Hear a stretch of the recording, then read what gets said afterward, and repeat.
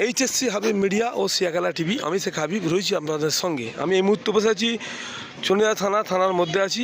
আজ আবারও বড় সড় সফলতা হলো চন্ডিদা থানার প্রশাসনের। এই একই রাতের মধ্যে কয়েকটা জায়গায় চুরি যায় মন্দির ও একটা দোকানে।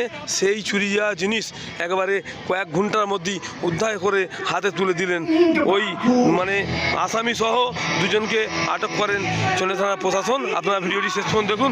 ব্যাপক আপনার মূল্যবান মতামত কমেন্ট বক্সে জানাবেন। এবং তাদের সমস্ত টিম নিয়ে আমরা ইমিডিয়েটলি এটার তদন্ত করতে শুরু করে দিই এবং 12 ঘন্টার মধ্যে আমরা এই ক্রাইমটি ডিটেক্ট করি। তো এখানে দুজন ব্যক্তিকে আমরা আপাতত গ্রেপ্তার করেছি। একজনের নাম প্রসেনজিৎ সিং, বয়স 12 বছর, সন অফ কালু সিং, এবং আরেকজনের নাম প্রীতম সিং, তারও বাবা কালু সিং। এরা অ্যাকচুয়ালি দুই ভাই। এদের বাড়ি রোড চন্দ্রকোনা, বাঞ্জারা বস্তি, থানা গড়বেতা। এদের দুজনকে আমরা গ্রেপ্তার করি এবং তাদের কাছ থেকে এন্টায়ার যে চুরির মালটা সেটা আমরা এখনো অবধি উদ্ধার করি, যেখানে সমস্ত পুজোর বাসন এবং যে প্রণামীর টাকা 830 টাকা সেটা উদ্ধার করি, এবং যে রূপোর যে মুকুটটা ছিল তারা সেটা গলিয়ে দেয়। তো সেই গলিয়ে দেওয়া যে 230 গ্রামের মতো রূপো সেটাও আমরা উদ্ধার করি। তো এদের এগেনস্টে একটি স্পেসিফিক কমপ্লেন্টের বেসিসে আমরা একটি কেস স্টার্ট করেছি, যার case number 957/25, dated 27/12/25, under section 303(2) public, 334(1) ভারতীয় ন্যায় সংহিতা। স্যার, আনুমানিক কত টাকার মূল্য, বাজার মূল্য দুপুর যেটা? 230 গ্রাম। তো এটা একটু দেখতে হবে এখন কত। স্যার, যেটা প্রণামী বাস্ক যেটা হয়েছিল সেখান থেকে নগদটা স্যার সেখানে 830 টাকা। 830 টাকা কিছু খুচরো টাকা ছিল। স্যার, তাহলে এদের বাড়ি দেখা যাচ্ছে চন্দ্রকোনা মেদিনীপুর, তাহলে কি পশ্চিমে, তাহলে কি ভিন জেলার কানেকশন একটা? হ্যাঁ, ভিন জেলা থেকে এরা এসেছে। তো এদের আপাতত আমরা এখন সিএ ভেরিফিকেশন করবো।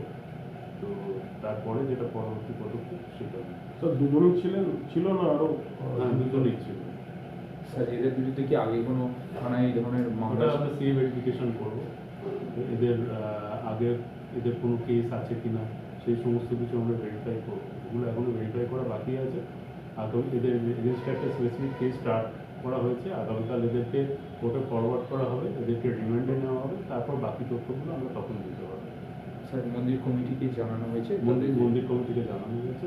তাদের কমপ্লেন্টের বেসিস স্টার্ট হয়েছে এবং যে মালগুলো উদ্ধার হয়েছে, এরা গ্রেপ্তার হয়েছে, সেই পুরো সংবাদই তাদেরকে দেওয়া হয়েছে। আর তার সাথেও স্যার আরেকটা যেটা বলছিলেন যে বেশ কিছু খবরের জিনিস যেটা চলছে, যেটা বলছিলেন বেশ কিছু খবরে এই ধরনের কিছু ভিত্তিহীন খবরেই চণ্ডীতলা, জাঙ্গিপাড়া বা এই ধরনের, সেই বিষয়টা নিয়ে একটু বলুন। আনফর্চুনেটলি কিছু আমাদের সাংবাদিক বন্ধু, স্পেশালি কিছু ইউটিউবার, তারা এগুলো ভেরিফাই না করে কিছু রিউমার এগুলো রটাচ্ছে।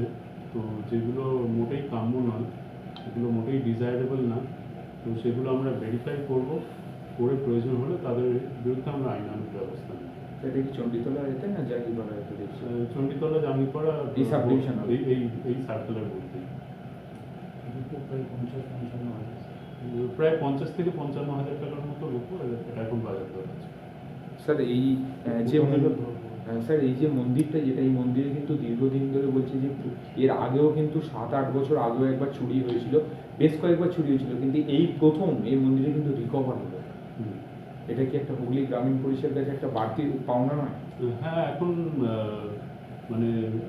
শুধু চণ্ডীতলা থানাই না, আমাদের হুগলি জেলার প্রায় সমস্ত থানাই আমাদের মাননীয় এসপি স্যারের নির্দেশে, তার অধিনায়কত্বে আমরা এখন প্রোঅ্যাক্টিভ পুলিশিং করছি।